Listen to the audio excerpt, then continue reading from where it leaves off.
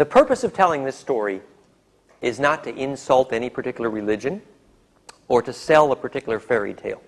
The only purpose of telling the story is to give us a sense of real purpose for the gene pool and soul group.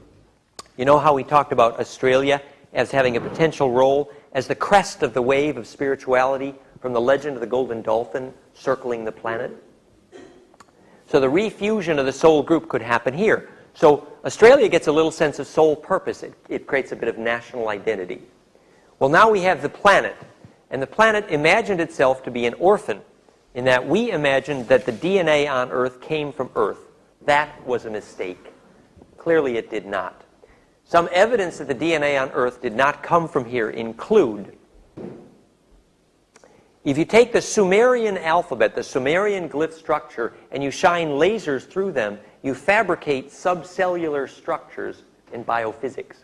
The Sumerian elixirs of the MD microscopist George Merkel in Texas.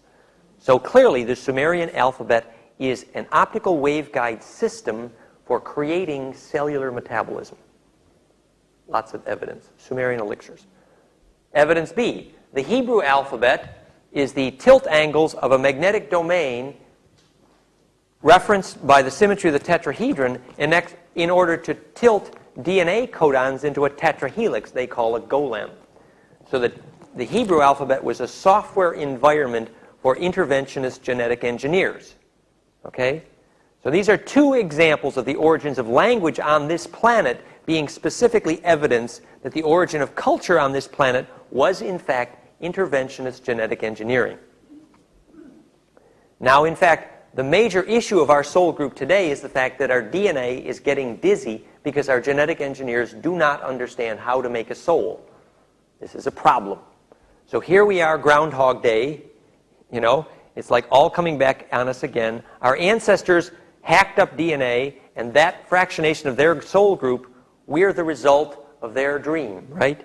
And now we're repeating their mistake.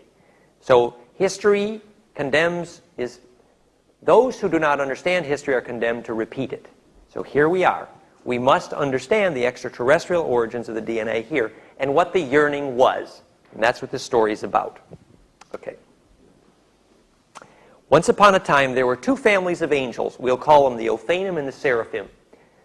They said that they chose 1,254 star systems to cast a cat's cradle shadow of themselves in their image and likeness here.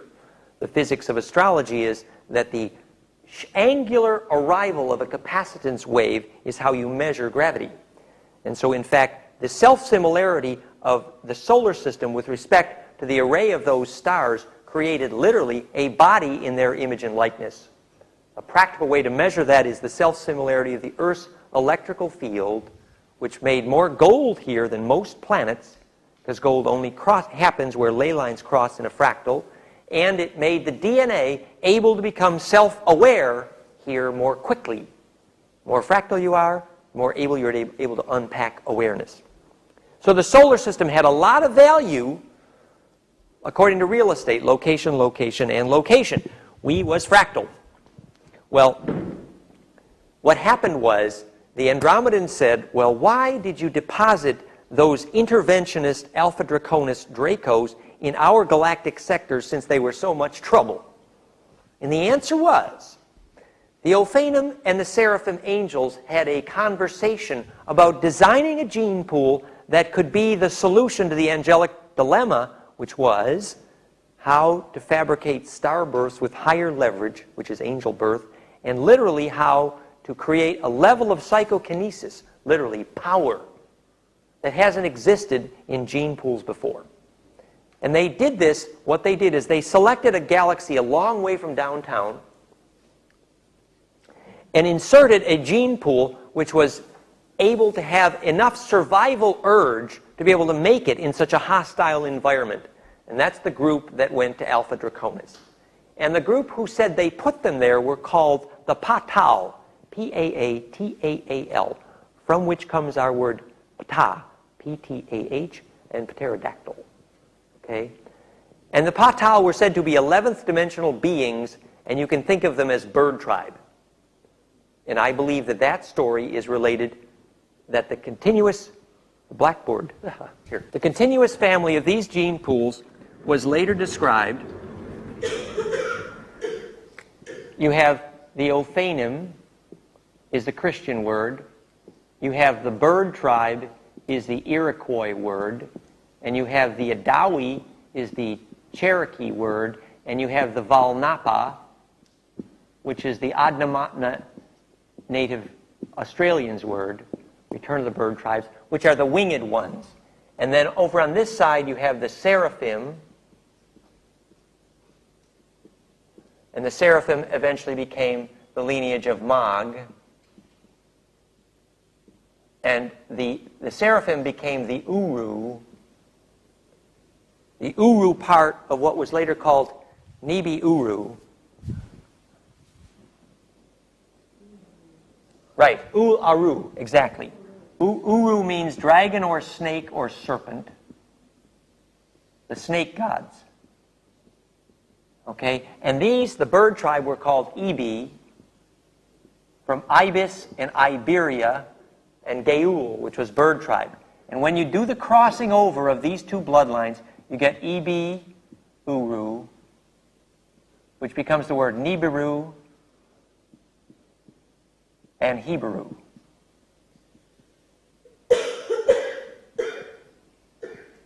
And if you ask a Hebrew rabbi, he will tell you that the word Hebrew means crossing over. Okay, and in fact, on the Uru side, you had a well-developed reptilian brain stem, which was very juicy and useful. Okay? And on the IB side, you had a dog or bird-shaped brain, the dog-bird brain, from which comes our word Dogon and Daganavida. Daganavida, okay? And this becomes the dog bird, and the group that was the characteristic of the dog bird brain is called Wealawa, and you can read about them at wealawa.com, actually. And the story was that the Orion Queen Mag seraphims had won a high percentage of the inhabitable planetoids in the Orion sector, but a truce was called when they realized the dog bird brains, the Wealawa, would accept in marriage an Orion Queen matriarchal telepathic Mag in marriage with each king on a planetoid of the dog bird. This is very ancient galactic history as told by Robert Morningsky Hopi in the book Guardians of the Grail. So, but this becomes remnant in later history when the Syrian blood behind Jesus Tutankhamun accepts in marriage the dynastic union with the Mag blood, which was said to be the royal families of the Essenes, but the royal family of the Essenes is actually Egyptian, and it's important to know. But that's getting ahead in our story. So, we're trying to get a sense here of what's later described as the war in heaven. What happened was, apparently, a certain portion of this bloodline had begun to use, had come to the belief that you could speed up evolution by mating mechanical structures directly to biological structures. So you have a mechanical bio group called the cyborg. And the Borgs from the Star Trek series have a great historical meaning in the Orion Wars, I believe. And the mechanical biostructures created a fierce survivalistic telepathic group. And they miscalculated how survivalistic and telepathic this group would become, and eventually they rather took over the Orion sector. The upside of this was they were able to survive better. The downside was they lost passion. They lost glandular passion. And the story of exactly how this happened, which Corinna did at this live King Cobra snake blood ritual with Montauk Chia in Bangkok, basically was, if you see through the snake blood's memory line, you see that there was a drastic war in which the Orion Queen Mag warriors, which I believe at a later time came to be called the Jehovah warriors, Yod-Heh-Vah-Heh, warriors, in the Orion Wars. And Enlil took the name Jehovah much later for Yahweh. And so what happened was there was a battle, and a nuclear beam hit the portion of the Mog lineage, and what happened was after that they had 2 hearts. And the evidence is rather extensive that the Dracos at Montauk and Dulce had 2 hearts, here and here. Highly telepathic, hard to kill. Very powerful, okay? And this became what later was called the Nephilim. This is the important word here, Nephilim, which is well referred to in Bible and correctly described as the fallen ones, the ones who lost implosion in their DNA and all of the psychokinesis and ensoulment that went with it. So the loss of implosion and ensoulment in DNA became not the whole seraphim bloodline, but just a branch, a small part of that bloodline fell. But the part of that bloodline that did fall was a big part in the recent genetic engineering in our planet. And the whole seraphim angelic family is heartbroken about having lost a fractionated piece of their soul group. We're not saying the seraphim are bad. The word seraphim here comes from Asaru. Asaru. The Asaru was a name for the Orion Queen warriors, Asa, which then becomes our word Sarah, which we'll see later, means wife of Ra, the sun god. Okay? Well, that's a sort of galactic history. It's a big picture. The Empire Strikes Back, the whole Orion conflict. Earth's history is just a recent skirmish in the Orion conflict. You can see the result of the Orion conflict by simply looking at the local picture in the galactic sector, and you see the spiral arms of the section of the galaxy around Orion is screwed up. Literally, the stars do not fit a spiral so well. The fabric of time got fractionated because of the Orion Wars. We cannot die. We have seen the starships burning off the shoulders of Orion. Remember Tron? Anybody knows what a Tron is? Tron is one who can remember the phase angle between the circle and the line and thus carry biological memory through time travel interactively. Remember, interactive dynamic, I'm going fast here. Interactive dynamic time travel is the solution to the arriving predatory ETs at wingmakers.com, which is a site I highly recommend, wingmakers.com, along with lettersfromandromeda.com. The only thing wingmakers.com gets wrong is the source of the BST, blank state technology, interactive dynamic time travel. They regard it as a mechanical problem. It's clearly a psychological problem as well. To get interactive dynamic time traveler literally means you need to be a time lord, right? Able to travel in time interactively. When your DNA goes through the speed of light, it necessarily inhabits time. And the time fabric itself must be fractal, and that was an Ophanic agenda, the repair of the fabric of time, which later becomes a Templar agenda. But we get ahead of our story. The question sort of was who set up whom here. It gets to be a bit of a catch-22. Let's play with that. Okay, and that's your question too, in a way. Well, who done it?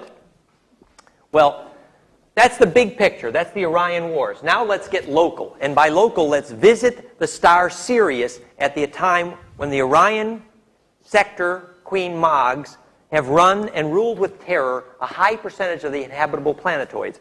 And the regent at that time was a fellow named An, or Antu, from which comes our word Solari An, and Tuathade Danan, which means the sun gods, or the people of the gods. Anu. Anu was the regent and the Syrian sector who was responsible to the Orion contingent, literally equivalent to what was described as the trading houses in Dune. And An had 2 sons. An's 2 sons, let's look at him in the center. An's 2 sons, he had other children, but his 2 sons were Enki and Enlil. And Enki and Enlil were the brothers of East of Eden, which is the basis of the Arab-Israeli conflict today. And An's 2 sons had the same dad but a different mom. The dad was Antu, who was this regent on Sirius. The different mom was the fact that Enki's mother was a high-winged Draco, whose blood has not fallen. Sometimes the word for the winged Draco is called Siakar, and you'll see that in a few places in the literature. And it relates to the Christian word for cherubim. Okay? So at any rate, Enki's mom had winged DNA. And the winged DNA means it's if you're clairvoyant and you look, you see that the arc angle of magnetism leaving their heart appears to have wings. It's implosive. the bird tribes, the winged ones. So Enki had a mom that allowed him to learn the skill of ensouling DNA. Now that's not a mystery to you now that we've spent 2 days saying exactly what it means to ensoul DNA. Remember, how do you turn lightning into ball lightning? You teach the tornado to eat its own tail, right? Well, that's how you make ensouled DNA, and it's how you bring people back from the dead. So later when Enki's kids, which becomes the Jesus Tutankhamun story, you can understand why they only were able to ensoul DNA and bring people back from the dead. Whereas Enlil's mom was of the fallen DNA, so Enlil becomes the conservative brother who says, well, we got to follow the rules. And the Orion Empire from which, see, the Orion Empire paid a huge investment for the artificial mining planetoid called Nibiru because they needed the gold powder desperately. Sitchin says they were using the gold to repair the atmosphere of the home planet, which is true, but it's a cover story. The fact is they were eating the gold. And they were eating the gold because they were addicted to the gold powder. It was the only way they could speed up their DNA after they fell, the Nephilim, right? So Enki takes the name Ea, for whom Earth is named. And later he takes the name Adon and Adonai as Tutankhamun. And Enlil and his lineage is that of Thoth, Hermes, Akhenaten, and Tutankhamun. And the story of Tutankhamun was later lied about, and the myth was changed to the story of Jesus, which is really the story of Tutankhamun. So that lineage there is the bloodline of Enki, whereas Enlil took the name Yahweh and Michael, Mikael, and Mikabo, after Michael, became the word for God in most of the native Indian languages, and Mikabo means literally Enlil. So here you have two arriving brothers along with the sisters Inanna and Ninhursag, and they arrive in this artificial gene splicing planetoid Nibiru, towed into orbit as it were here. And this family called the Anunnaki get really bored and angry having to dig up the gold themselves, so they have to make some gold mining slaves. You heard this story before, and that story becomes Adam and Eve. Basically, what happened is they took Cro-Magnon. First they took, Enki did it, Enlil just copied, but he took Cro-Magnon's sperm and put it in an Anunnaki egg, and they made the first, what were called Takadama. Takadama means Borg or donkey from Orion. A Tak means Orion, and Adama means donkey or Borg, from which comes the word Adam, as in Adam and Eve. And so these first genetic experiments were not fertile. This was very crude attempt at cloning. These guys were klutzes, okay? And so when we mistranslate the Sumerian and call it the Bible, in fact, we're describing some very low-level genetic engineering. It ain't anything to be proud of, and they're not proud of it today, I assure you. But just to give you an idea of the shape and appearance of these beings, I'll just show you. I think, did we look the other day at the Lion Place? Lion Path? Lion Path, here it is. So here's the Sumerian goddess statue.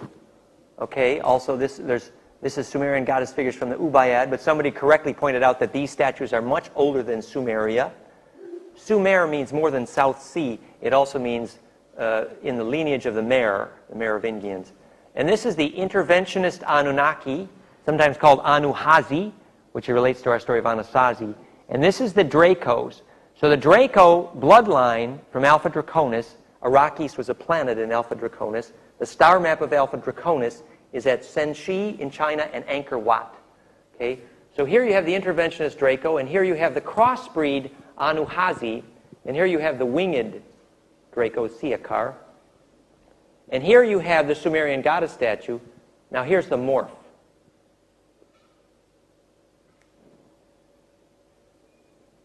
Okay. So here is straight out of the drawings of actual witnesses at Montauk and Dulce and elsewhere of the Alpha Draconis. This is from Anna Hayes' book, Voyagers. So I'm just giving you an idea that what came to later be called God were literally medium-grade interventionist reptile klutz genetic engineers. I'm sorry, but that's my opinion. Maybe you're not interested in my opinion, but it is my opinion. But it's not all of an insult to the origin of our gene pool here. I'm going to hit stop, close this. Why don't you turn the lights back on here? Well, let's go back to the blackboard, okay?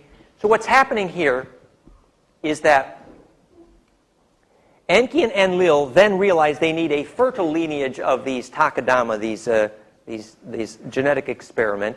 And what they do is they put a Cro-Magnon egg inside an Anunnaki female and use an Anunnaki sperm.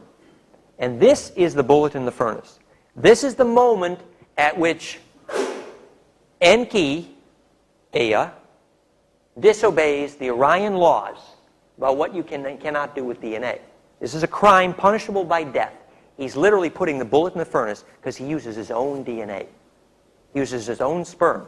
Because when the Orion Queen said you could do some genetic experiments here, they very clearly said cross, not branch. X chromosome, Y chromosome. X chromosome could receive a sperm, but Y chromosome couldn't give one because they knew how to fractionate a gene pool. The female could enfold, but if the male gave sperm, then the gene pool would fractionate. So this was the rule. But Enki, Ea, An, they were angry in the Orion Wars because the Syrians were stepped on and ruled with terror by these Orion Queen Mogs, which is where the fear of women came from on this planet. This was a matriarchy originally. Remember, this is a huge old story. We're telling only a tiny piece of the story. So Enki uses his sperm, and that's why he's called Ptah, P-T-A-H, from Patau.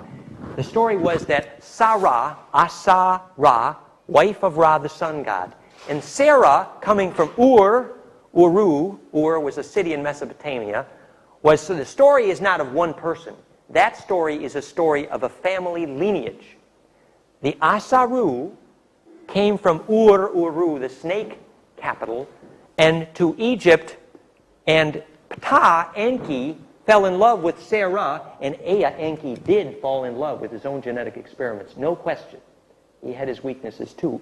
And so he gave sperm to a Asaru, and in the Cro-Magnon egg, he gave sperm in Ninhursag and Inanna, and the child there was Eve or Isis. And that was the first fertile human female. And so what he had done, this is the bullet in the furnace. The bullet in the furnace that's exciting for you and me is, in Ea's sperm was some of the high-winged ophanic DNA. That was highly psychoactive DNA that the whole Orion Syndicate had no idea how explosive this bullet in the furnace was going to become.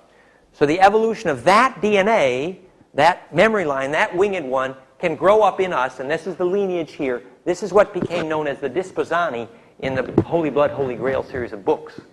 This was, now from here on, now you can pick it up with Lawrence Gardner, who tells only the nice side of the Dracos. Lawrence Gardner is the positive public relations for Alpha Draconis. Okay? And the book specifically is Genesis of the Grail Kings. So here he picks up the story now. Cain, which was the success of the genetic experiment of Adam and Eve, from which comes our word king. The children of Cain were Ea, Enki's attempt to fractalize a soul group, make DNA that could go back into the stars. Because Ea Enki, if you read the story right, is basically stuck here. If you read the story in Secret Places of the Lion, he's called Merk. Merk who? Merkaba?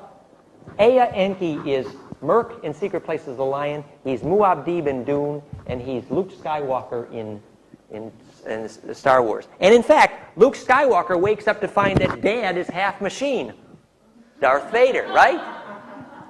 And Muad'Dib in Dune wakes up to find that Dad, Harkonnen, is half machine. Guess what? Dad was half machine, okay? That's the problem here. That's our history. So what happens then is that Ea Enki and his bloodline through Thoth sets up Atlantis, which was called Thule, to try to protect the ensoulment of the bloodline from this lineage here, Enlil, Yahweh, Michael. And this became Amun, from Amun-Ra, which was the name of Yahweh's followers in the early Egypt. And this is why Tutankhamun was forced to take the name Tutankhamun, because his dad, Akhenaten, had to run for his life in the deserts when he tries to boot the Amun-Ra priests and Enlil's followers out of Egypt. And so when Akhenaten runs for his life in the desert from the priests, Amun-Ra priests, whom he tried to boot out of Egypt, he had to change his name to Moshe, which means son of, which was shortened to the word Moses. But the thing is, Moses got away with the money, made the pharaohs very mad. This is the book Copper Scrolls, the origin of the Essenes in the life of Akhenaten. And so when Tutankhamun goes out to the desert to try to save the life of his father, he gets strung up in a tree. And that was one of the beginnings of the Jesus myth. And you can read the academic justification of the fact that there was no evidence for the life of Jesus in the time of Jerusalem at all in the book Out of Egypt, and also the book House of the Messiah. So clearly the confusion over the Jesus myth is an intentional confusion right here in the Yahweh lineage, who does not want you to know that all of the royal families of this lineage, which became the flagship of Hebrew, all of the royal families came from the blood of Enki, because only Enki could ensoul DNA. So Abraham, and Sarah had the children, Joseph and Benjamin, the second generation. And the house of Benjamin was the houseland of Magdalene, and the house of Joseph was the house of Tutankhamun. This was Yusuf, actually, which became the house of Tutankhamun, which was later called Jesus. And Tutankhamun's partner, Akhenaten, becomes Magdalene, and you can see the alabaster jars in the cartouche in Egypt. That's all in the books. What it is here is you have a lineage which has taken the view that only obeying the rules about hygiene for DNA can keep the family group intact. Because this group here basically has no skill to ensoul their own DNA. So naturally they would be susceptible to all the additives that actually create sustainable DNA. This group believes in external sources of fire. Okay? So from that point of view, they have no choice but to actually use the only good DNA around, which came from Enki. And Michael became a dragon slayer, literally because Michael was trying to slay the winged Dracos, who was Enki's mother. Okay? And Mikael means from the black hole into God. It has to do with the word for alchemy. It's another story. So the bird tribe is the remnant winged high form of the DNA in Enki. So the return of the bird tribe is literally the story of the return of Enki, which is the title of my new book and the title of Zechariah Sitchin's new book. So where's the serpents and the birds cross? The serpents and the birds cross right here, Eb and Uru. The high form of the serpent DNA, Uru, Kumara, for example, means Draco, dragon, or serpent in South America, Sanat Kumara. And the Eb is Ibis iberia bird train. The Uru is the evolution of the reptilian brain stem. The mouth of Uru, the mouth of the reptilian brain stem, is called amygdala. A-M-Y, amygdala, which means amygdala. And the shape of the amygdala is a half of an almond. The name of Mandelbrot means almond bread, right? And so the amygdala is the place where the serpent brain dumps the testosterone poisoning into the bird brain. So at that point, if the bird brain can hold the serpent brain in a vice-like grip of a raptor, then the reptilian brainstem can dump its juice into the high bird brain, and the serpent feeds the eagle, and Quetzalcoatl returns. Do we all have these qualities within us now? That's the point. That is the point. That's the only point. We have these qualities within us. We have met and encountered the enemy, and it is us, said Pogo, right? So how do we interpret all this to our daily life, and what do we do with this information, and how does it apply to us?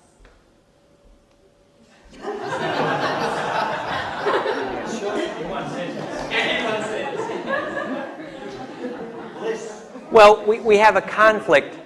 We have a conflict in Israel, and here you have the people that did not know how to ignite their own fire, gathering like a hive mind around the little remnant source of fire that's still there, the Dome of the Rock, etc., Solomon's Temple, were all names for the geometry necessary to ignite fire magnetically, trying to make a hive that could redeem this DNA. Because remember, these fallen interventionist Dracos now, after they shut off the time doors at Montauk in Incunabula and places like that, there was no place for them to go. They're stuck here. So they're stuck here with their own genetic creations. And the sun is about to burp, which means the people who can't time travel without heavy metal are just as bad as a vampire getting toasted in sunlight. Oops. And those are the same reincarnates who put up HARP to try to create an isolationist cocoon in the solar maxima. They're the same ones who cost the atmosphere on Mars. It's a recurrent attempt to create a fractionation in the fabric of time to isolate those whose DNA cannot get up to speed enough to go into the stars. So that controversy plays out here on Earth between those who will and will not take responsibility for the direction of DNA. So basically, by making the choice where you're going to take responsibility for the direction of your own DNA, you essentially vote in these Orion Wars, which on Earth is called Arab-Israel, but it's a microcosm of a bigger conflict. The Greys, or the Coomer, of which there were many different species, came from Zeta Reticuli, and they had suffered under the genetic engineering of the Alpha Draconis here centuries ago, actually millennia ago. So the Greys were at the stool pigeons of Alpha Draconis here. So for example, when they said the Greys tricked Eisenhower and Truman into accepting abductions after World War II, here's Eisenhower, right? He just won World War II, and then they staged a show for him, showing them that the Greys, ETs, could swat his best aircraft like flies, right? So Eisenhower had such a huge ego, he couldn't admit to the world that he won World War II and lost to the ETs. So instead, he signs on the dotted line and says, okay, you can do abductions. And a few months later, he finds all his best military leaders have been shape-shifted out. There's a detail. Can you comment on David Icke? Yeah, I think David Icke is right. I think if you take David Icke and Gardner together, you get a little picture there. And the Montauk survivors, right? The worst thing to do is ignore it. That you should not do. That to me, that's head in the sand, kids. It ain't appropriate, right? So what happens is here, the Dracos used the Greys as kind of stool pigeons to trick Eisenhower and Truman into accepting that treaty. The Draco who was in charge supposedly was a guy named Typhon, which you can read a book about in the book called Genesis in the Holy Blood, Holy Grail series. The other Draco that was involved later was named Charlie. He was the one who ran the Montauk thing. And they were abducting teenagers to steer the time chair. Very educational piece of the puzzle there. Why did the Dracos from Alpha Draconis need human teenagers to steer the time chair at Montauk? Anybody know? Pardon? Well, organ energy, it had to do with the fact that precisely the inability to have DNA that's up to speed enough to travel in time is their soul group fractionation problem. Their fallen DNA, lack of ensoulment, meant that they could not steer the time chair. In fact, the name for the guy that could steer the time chair at Montauk, and all he did is he sat inside a big capacitor that looked like this, called the decadelta antenna. You sit inside a capacitor like this, and the acceleration is called time travel. Well, the guy that sat in there to steer was called the time empath. So it is empathy that sucked into you through the speed of light, the experience in time. And the empath is the one who had the most empathy. Well, they could predict in advance which teenagers they could abduct to steer the time chair by doing a spectrum analysis of their DNA, which is what I propose we do to prove to the genetic engineers they're costing our children their soul. And the spectrum analysis was called a boson 7 frequency signature, which was a log function of 7 in the braiding algorithm of the DNA that indicated the high gene for bliss. And so you could tell in advance who could travel in time and not come back scrambled eggs. Right? So from this point of view, a lot of the religious experience on Earth is mostly an astral milkhouse. Yeah? And that many people think, well, if I went to church and I got my astral juices sucked out of me, I did a service. Not necessarily, right? It's when you can steer your own astral bliss and take responsibility for the direction for that you're no longer susceptible to parasites. So this is the whole little piece of the puzzle, little brief summary overview now of a picture that brings us up to the present time. So what happens? Well, the lineage of Tutankhamun, later called Jesus, was a the bloodline of Thoth, who had a Nubian dark blue blood from Rigel in Orion, actually. And Thoth's children, through what was later called Jesus and Magdalene, become the royal families of Europe for maybe 1,000 years. That's called Holy Blood, Holy Grail. So in effect, this Alpha Draconis family is breeding our royal families like we were show dogs for 2,000 years, right? Not necessarily an insult to us, just interesting, right? Well, what happens is the blue blood of the Mag lineage becomes the story of Black Madonna in southern France, yeah, where the Marys went after the Jesus Tutankhamun story was over. And that lineage of those blue bloods, they used copper to hold oxygen in their blood more than the iron. The original story was that the blood was chlorophyll green blazed, and then when they were forced underground by an earlier nuclear catastrophe here, described in the Vedas, that some of them went underground and used iron to hold oxygen in the blood. Scandinavia, Iron Man, Adamic race, the red race. Whereas the remnant humanoids at that time went to Sirius and Pleiades, and it's from there that we get this On bloodline. And there they used more copper than iron to hold oxygen in blood and became the blue bloods. And what's interesting is the blue bloods wanted lower oxygen in their atmosphere than the red bloods. And so during a certain time in the Orion Wars, it was literally called the Oxygen Wars because the reptilian shapeshifters can't handle high oxygen in their environment. I specifically recommend that you pass a law that all voting done in your Congress happen in an atmosphere higher than 15 to 18% oxygen because all the reptilian shapeshifters would be out of your senators. Okay? It's very simple. It's very simple, yeah? And so very few people know this. But the physics is the fact that high oxygen is a way to select for high-grade DNA, because low-grade DNA, as we say, cannot withstand the presence of implosion. Finishing the story, so the remnants of the Templars, which was an organization set up to worship Magdalene, which was basically honoring the dragon line, okay, founds this Gothic cathedral array honoring the tantric swoon of Magdalene, and the day the largest navy on the planet disappears under the skull and bones crossbone, which is the skull and bones of Magdalene. Remember, this Orion Queen syndicate used a skull touch, a capacitive spark gap between skulls, to convey long-term memory when the Hive Queen would pass on the lineage. And this became the rite of Baphomet of the Templars. Well, the Skull and Bones Navy was the largest on the planet, and they had invented, quote-unquote, insurance and banking on this planet. Whereas, in fact, the Mag Orion contingent had used insurance and banking.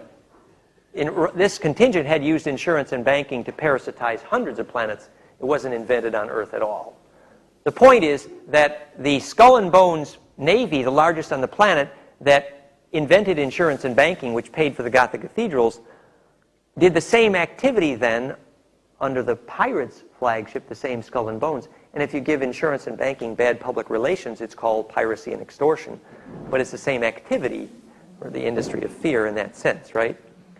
So this then becomes the story of Holy Grail across the Atlantic, origin of navigating by the stars, and the final book, Pandora's Box, which is how the children of Magdalene and Jesus, Tutankhamun, Akhenaten become the royal families of England, France, and Russia. And the royal family of England, then after Louis XV, comes to America under the name Daniel Pacer, settles at the tailbone of the Eagle, finances a railroad cartel, and becomes the Rockefellers. There's several hundred pages of documentation. And of course, the railroad cartel would be a way you could create hive mind because you'd short out magnetic lines. And the Archons was a name for the winged on, Archon, which became the word Arkansas. And Ozarks were literally the Ozark Mountains. And the Archons at Arkansas, the Rockefellers there, was the bloodline, the illegitimate son of Winthrop Rockefeller, which is the story of Clinton, I believe. And you see the story kind of come up into the present. So the skull and bones of that was the CIA were always, in the case of the pirates and the Templars, were always concerned with the drug cartel because it was regulating access to the corridors of psychokinesis in the magnetic wormholes of the planet. So this origin of the CIA with the skull and bones and the drug cartel, you get the kind of a picture here that there's an interventionist agenda that begins to fall apart at the moment you realize that only high-quality DNA can survive compression. So now with the onset of the solar maxima, there's a ring pass knot here. The end of the story is that between now and 2012, with lots of fire, even 2004, 2006, you have the solar maxima, the rapture we've been discussing. And that experience is a compression wave that essentially tests DNA for compressibility. And the survival of that compression, similar to surviving death, occurs to those who get the hygiene necessary to achieve charge density. Remember, charge density and non-destructive compression are identical. So the act of preparing to die is the same as the activity of preparing for the solar maxima. If the magnetism in your backyard is not fractal, then under the conditions of compression, it will generate heat. So cities whose magnetic lines are not fractal will generate so much heat that the people will go rapidly insane in them. And so this process of preparing for compression is an appropriate way to find out what elements of the gene pools have star-inhabiting capabilities and thus are able to be saved or harvested or really graduate into star-inhabiting. And so that's the kind of suggestion here, is that here's a little, obviously, remember I said, I was about to tell you a fairy tale. I'm not trying to sell you the fairy tale. I don't care if you're even interested in the fairy tale. It's fun. What does matter is if you accept the homework. The homework is to take responsibility for the direction of your bliss juices with the acknowledgement that this is a solution not just to a galactic controversy, but the solution to star inhabiting and the evolution of gene pools in general. There are many stories from several sources that the interventionist ETs have told. The non-interventionist ET families in general are divided, and most people agree on this, from Prism of Lara to Morning Sky to Sitchin, whatever, that the ET families can be divided into the interventionists and the non-interventionists. The non-interventionists are ones who believe that indigenous gene pools must be set free if they're ever to evolve. And the non-interventionist gene pools supposedly include Sirius A, Andromeda, Procyon, Tau Ceti, and some of the Cassiopean story. The interventionists include Alpha Draconis, Sirius B, Rigelians to some extent, and others. Summary of that at lettersfromandromeda.com. So which groups were responsible for trying to prop up our ecosystem? But they do say repeatedly that they've sort of passed a law that the interventionist ETs will be essentially kicked out of here by the galactic government within a few years. And so the present conflict, which is predicted we're going to see a major upwelling of and global trauma within months, because this is the last stand of those interventionist ETs who are trying to make their last gasp at having control of the genetic library here. I do think loss of individual freedom is a major catastrophe to the possibility of bliss, and setting people free is the opposite of everything is under control, we have a plan for everything. Okay, that mentality, like in the European Union now, it's illegal to have one employee pick up a cement block. It's against the law. They have planned everything. You must have two. So you can't fart without a permit, right? So this is a planet on which freedom is no longer possible. And that is something to rebel against, in my view. And I'm here. The story I thought I'd begin with, for fun, was when we came out here, Noah, what did Noah say about the dude? Oh, we're walking the dewdrop, and it had the starlight on it all night, so we absorb it into our skin, all this starlight. That would really, it's perfect for the theme of the day, because does anybody know the alchemical function of dew, D-E-W, what it's used for in alchemy? It has a very specific... Rabbits like it. Rabbits like it, yeah. Must be done for them. Well, my initials are D-E-W, so I get a little defensive on this. Somebody says we don't want any Jew around here. Automatic bad reaction. Yeah, do drop in, right? Let's walk on the Jew. Yeah, you don't like getting walked on? Is anybody familiar with the starlight elixirs from Hilarion, Pegasus Press? Mm-hmm. So they focus starlight into ordered water, and then they use that water to drink the memory of the civilization on that star and the effect of that star on the Earth. And they literally focus the starlight through his telescope into that water, and the water absorbs the electral geometry of that star. And the book Starlight Elixirs is a review of the psychological evolution of hundreds of star systems. So in fact, it's quite clear that whenever you get a nice spherical little capacitor, like a dewdrop, you have a way of selecting and focusing starlight. Well, you're probably not familiar with the work of Greg Hodowanik and Bill Ramsey, but it's rather famous in psychotronic circles, where they showed that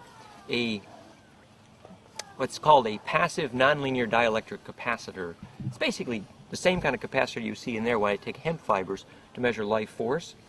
And when it's seated in a place which is magnetically pristine, and they just use something called a rust track recorder to make a graph of the change in output charge of that capacitor over time. Nothing is triggering it except gravity. And these devices, the rust track recorders, if you ever saw the plots from these things, when Jupiter squares Saturn, it's amazing. Okay, and so there's a whole series of literature about this, which is effectively that a better way to watch stars is through capacitors and telescopes. And the CIA does not want you to know that capacitance can be focused like a lens, because that would mean all the investment in hiding his stealth aircraft to be wasted. But the fact is, charge can be focused like a lens, and that's what gravity does. And through hemp. Well, any biological capacitor. It's basically just a way of catching charge. So here you have this model. First of all, Hodowanik and Ramsey showed that the charge density moves literally measurably faster than the speed of light. So when you had these stellar explosions, and there's charts showing it, where a telescope has to wait 3 days for the light to get here, the capacitor didn't wait. No. And all these astrological events, then astronomic events, were mapped with charge, right? So this is the Hodowanik-Ramsey work. It's pretty famous in some circles. So what is this telling us about the alchemical function of dew? Yeah, see, the theme of today, actually this morning for a while, is around this question of what turns planets green. That is our little theme, our bumper sticker for some conversation here. And so in order to understand what turns planets green, what puts moss on the sphere, atmosphere, get it? Right, what gives us atmosphere, is the same thing that literally puts moss on a stone. It's called the green stone. Has anybody seen the Green Stone film in the UK? A famous book, The Green Stone, by Phil Squires and Elaine Burlock, I think. The Green Stone in UK, and they started making a movie about it. And it's a book about this stone that has all these powers. Well, in effect, the miracle of the green stone is the fact that it has enough charge to orient magnetism into life. I came out of the door at Adrian's this morning, and there was a yellow flower, and I noticed that the petals of the flower were exquisitely pentagonal. And I put my hand over the flower, and I felt a wave of radiating bliss going through my body, like I often do when I smell a flower, but I didn't smell it. I only felt the charge radiating from the flower. And I thought, somebody steered magnetism into a tornado, yeah? And somebody planted the seed of that tornado, and that's the geometry of charge that steered the water coming from the stone, which we called green. Yeah? Like when we saw these slides of the tree, somebody brought the pictures of the tree that's turned in a corkscrew because the underground magnetism went into spiral. So biological intention plants the seed here for shaping magnetism so that the planet could turn green. We talked about angelic intentions yesterday in shaping a planet that could have a gene pool that become more self-aware than had happened in the stars in a long time. Now, the alchemical function of dew. You take this thing called the Philosopher's Stone. Anybody know what the Philosopher's Stone is made of? Magnetite? No, the Philosopher's Stone is a variation on phosphorus, I believe, isn't it? Does anybody remember? It's what do you coat the Philosopher's Stone with? A thin film of mercury. Now, mercury has the atomic mass of gold at the nuclear level, but the valence structure is different, basically. And the phosphorus and the components of the stone have the valence shape of gold, but not the nuclear geometry of gold. Now, if you got a thin film of mercury on the Philosopher's Stone, what would turn it to gold?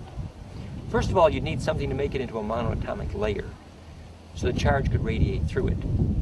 If anybody's familiar with the literature, we're talking about alchemy now because it's a model for the heart of gold and what turns a planet green. The word alchemy comes from alchem. Chem, C-H-E-M, chem, is from the Egyptian. It's the original name for Egypt, and it means literally from the blackness, and it's the word for black. And alchemy then literally means from the black hole, which is our word for chemistry. So it's a way of navigating in and out of black holes. That's what alchemy is, which is literally how you get pressure through the speed of light in and out of a black hole.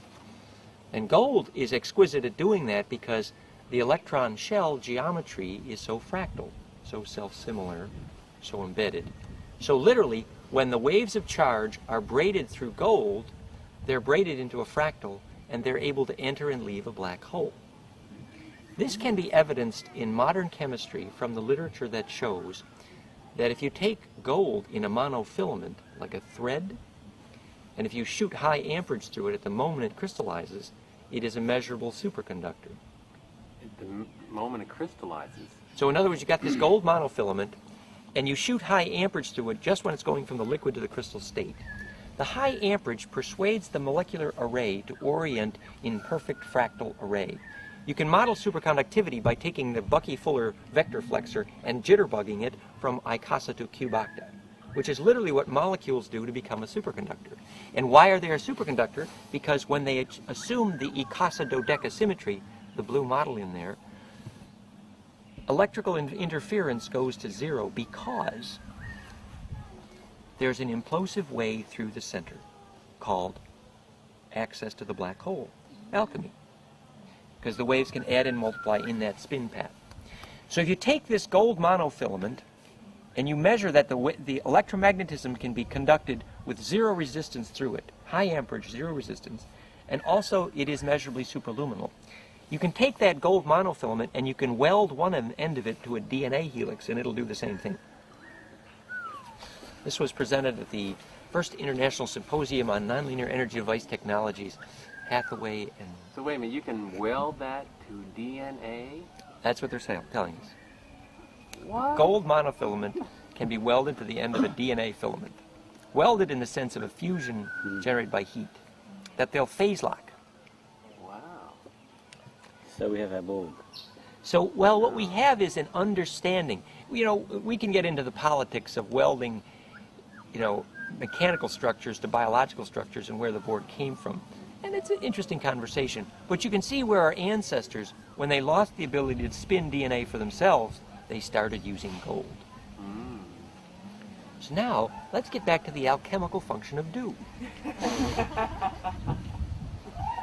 So what you have with dew is, you have an evoked potential, a charge envelope, which has stored exquisite fractal symmetry. Because the reason the Earth is fertile for consciousness and gold is because it's fractally arranged with respect to the geometry of stars. That's how our story began yesterday. 1,254 star systems, angelic bodies, cast a cat's cradle shadow of themselves in their own image and likeness. So in effect, what the dewdrop, by storing the angle of the position of each star at the moment of birth.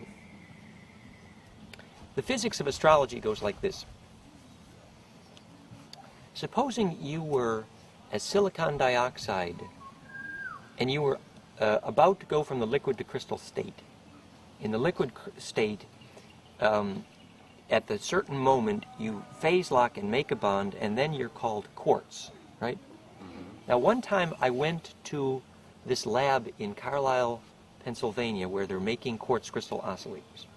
Now, we're trying to understand the physics of astrology and birth here. Making or growing? They were growing. Right. So they'd take a wafer of quartz crystal, and they'd stick it in a large cooking pot, and they'd cook what they called lumber, which were these quartz crystal rods this long, incredibly pure and clean looking, very gorgeous. And when you'd hold them, you'd think, oh, is this a spiritual crystal? And you know what they felt like? Somebody said, they feel like pâté foie goose liver, where the goose has been stuffed. mechanically. Yeah. Now, what is the physics? The physics is that the bonds have grown at a rate which did not allow them to collect the charge radiance geometry of the positions of stars in proper time. So here's how it works.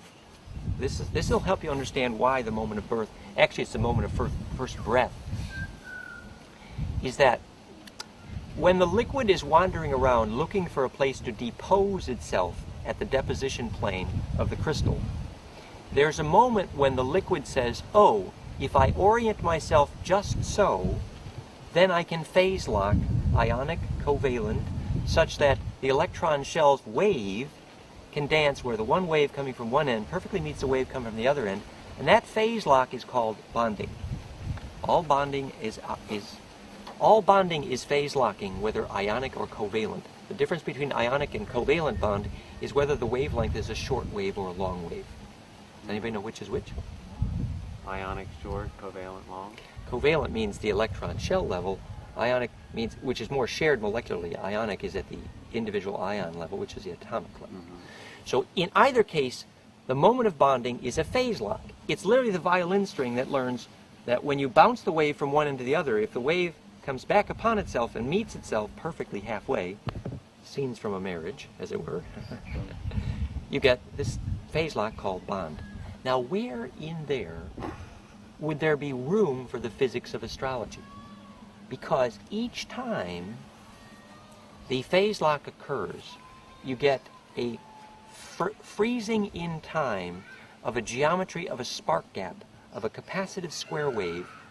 So the frequency signature of that one individual bond, because it could be an infinite Fourier series, could have an infinite number of sine waves of charge that met at that one place at the moment the bond was born. So in effect, what you have is a three-dimensional mapping, because remember, astrology is traveling as a capacitive wave. At the moment of the birth of the bond, the liquid molecule gets steered into the bond because of the ambient charge, called astrology. So remember when Bill Tiller said, oh, it's not Kirlian photography, it's not a miracle, it's a capacitor. It is a miracle and it's a capacitor. That's the point. And it's faster than the speed of light. Exactly. So it's all held in water that has memory. That moment of that bond. So the infinite Fourier series of the moment of the birth of that bond is a map, is a three-dimensional harmonic analysis map of where all the stars were at the moment of the birth of that bond. Wow, all that in one dewdrop. In one dewdrop. And so then the quartz lumber that was grown in the laboratory, because the number of stars that agreed to form those bonds were artificially and mechanically pressurized, the bond geometry did not hold enough contiguous star memory. And where does the role of biological intent come in the role of the formation of the bond? So I was making this film with Don Lorimer, who's called Mr. Magnets. The film was called Magnets and Healing. And at the end of making the film, Don Lorimer said to me, well, there's one secret we're not going to tell him.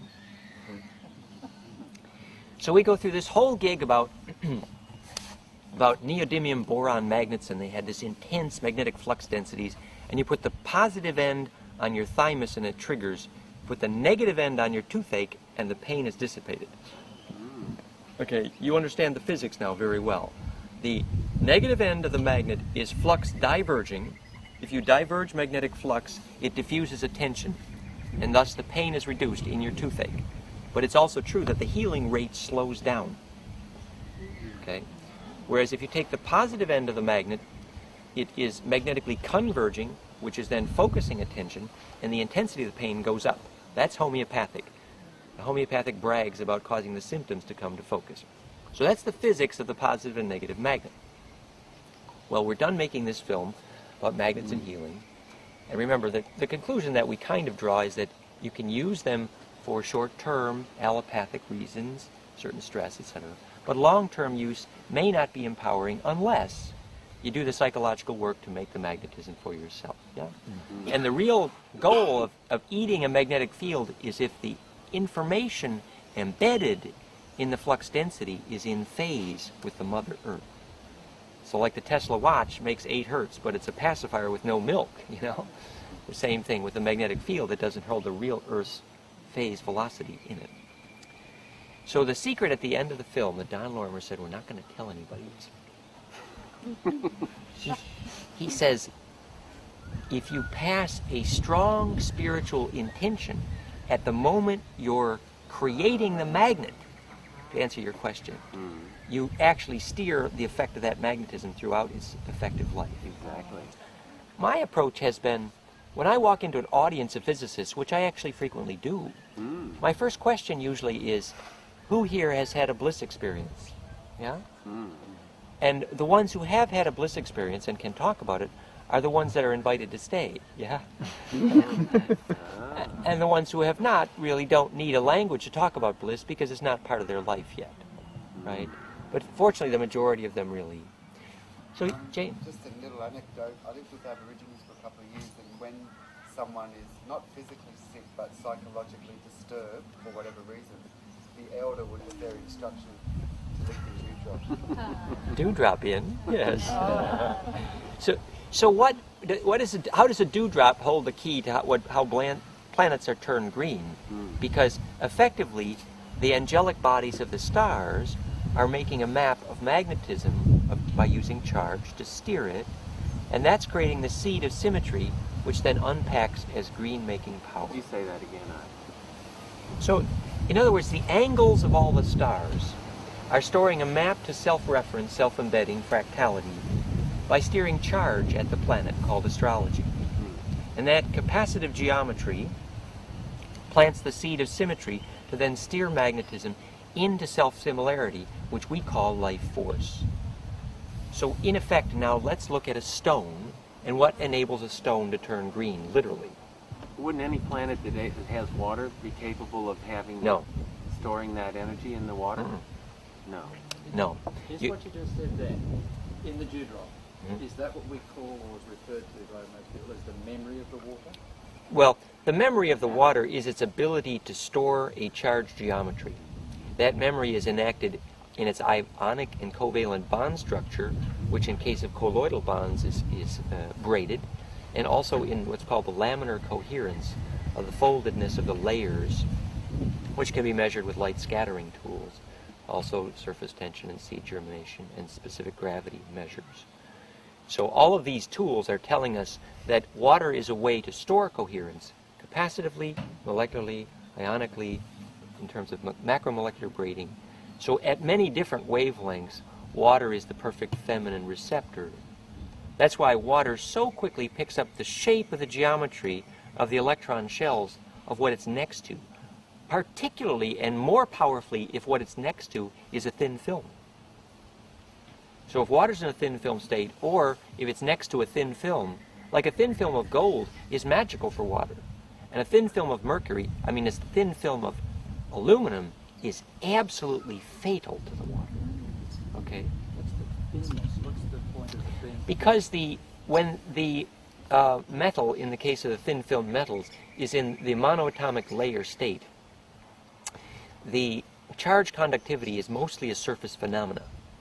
So monofilament and monoatomic layers are frequently used for superconductive experiments. And the conductivity is a surface phenomena. Why? When you're sending an electron from here to there down a wire, okay, it's not like a row of ping pong balls bounced into each other down the wire. It's a wave traveled along the surface. It's a surface phenomena. But in a sense, all of biology is a surface phenomena. The brain is an example of the nerves trying to create maximization of folded surface. The more folded surface, the more memory. Is that why water has such a capacity for memory?